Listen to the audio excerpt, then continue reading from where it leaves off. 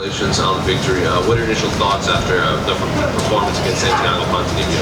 I'm proud of that performance. You know what I mean? I'm happy with it. You know, I did a lot of things. I showed a lot of things, and I really felt like I was I felt like I was at home. You know what I mean? It felt like it was a really easy fight for me. You know, and like, yeah, I didn't get the finish, but I felt like I was in control of the fight all 3 rounds, and I was never in any trouble. I didn't take really any damage. He kicked my leg hard a couple times, and that's about it.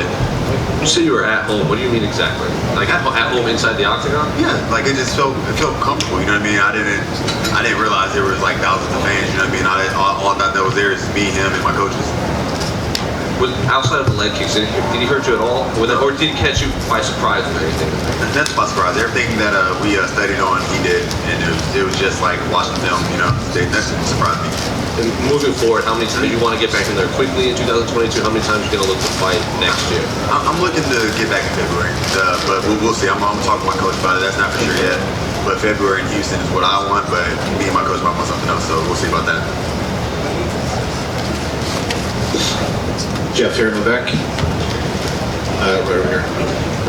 We were doing post-fight scrums while some of the fight was going on, but it seemed like the fight was stopped quite a few times during the bout. Can you just sort of explain a little bit what was happening? Because there seemed to be a lot of craziness going on that we couldn't give our commentary for. There was a few eye pokes. You know what I mean? Like close eye pokes. You know, the ref stopped it when Ponzinibbio, he didn't poke me in my eye, but he got really close.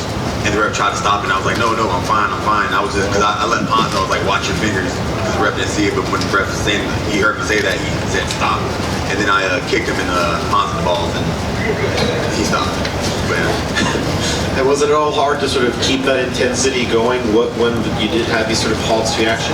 I mean, probably, you know what I mean? But I was just in the moment the whole time. I really didn't care about any of the little small bullcrap breaks, you know? That's what happened. I kicked him in the balls. And as you mentioned in the press conference, you felt that striking-wise, power-wise, you know, you had the advantage in pretty much every area. Did that play out relative to your expectations in the fight itself? Yeah, it did. And I just knew I had control of that fight the whole time. You know what I mean? The only way he was going to win is if I slipped up. And he caught me with something I didn't see, but other than that, he wasn't faster than me. He wasn't stronger than me. He tried to get a takedown. I don't know if they counted that as a takedown. If they did, they probably shouldn't have, because I had the whizzer and I was just waiting to whizzer out of it. But yeah, he had nothing for me that way. And next week we've got Wonder Boy, former foe of yours, against Bilal Muhammad. How do you see that playing out? I don't know. We just have to see. You know what I mean? I fought them both, so you know what I mean? It's not my business to say anything. I'm just gonna let that fight play out and we'll see who wins. Do you have a favorite per se? No favorite. All right, fair enough. Thank you. Congrats on the win here. As the fight was being, or as the scorecards were being read, what was your confidence level that you were ready to come out ahead? I was confident at first, but once I seen that they gave him a 29-28, I was like, am I about to get fucked right now? But you know what I mean? I don't see it as a split. I really feel like I won 1 and 3 for sure. You know what I mean? The second round, if you count that takedown as anything, you could have gave it to him. But if we're talking about fighting, and you know what I mean, I'm looking at my opponent from across the cage. I know I'm winning, and he knows he's losing. So that's how I saw the fight going. Look at his face, he was losing. I was standing up the whole time. He was sitting down. He was taking deep breaths. He was losing that fight. Between rounds, the cameras caught your coach here, very fired up. It's just a lot. Yeah. Giving it to you, kind of. Yeah. Can you talk a little bit about you guys' relationship and that moment really like spurring you on? Did it help you out? He's been my coach for like what, 6-7 years now. You know what I mean? And he just knows the right thing to say to me. He knows how to get me fired up. You know, he knows when I'm just lollygagging. Like, I mean, essentially I was in the cage just playing around. He knew I was playing around. Like, he's like, you might lose this fight because they might give the split. So you know what I mean? He knew that was possible, that was going to happen. So he told me to turn it up in the 3rd round, and I did it. I mean, coming into this fight, you've never been in this position before where you're on a losing streak. Is that difficult? Is that in addition to everything else that kind of happened outside? It felt like coming into this fight, there was just a lot on your shoulders. Did you feel that?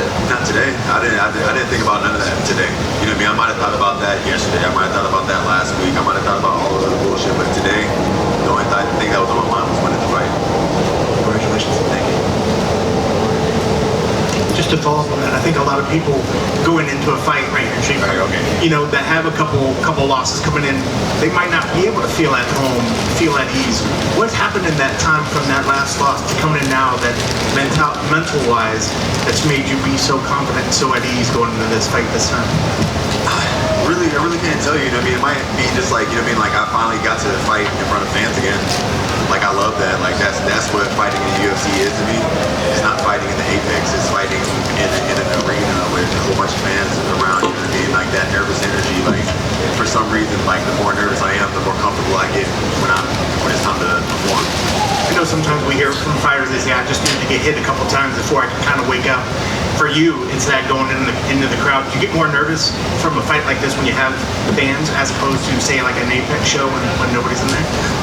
The Apex, I get more nervous with fans, but I like to be nervous. I mean, I like that feeling is what gets me going. Like I don't want to go into the Apex fights. I was never nervous. It's just like dude, I guess I'm gonna walk in the cage and fight somebody. Like it was just boring. This fight was exciting. I was looking forward to it all week. I could barely sleep the whole week because I was just excited to be here. And I came here and I got the job done.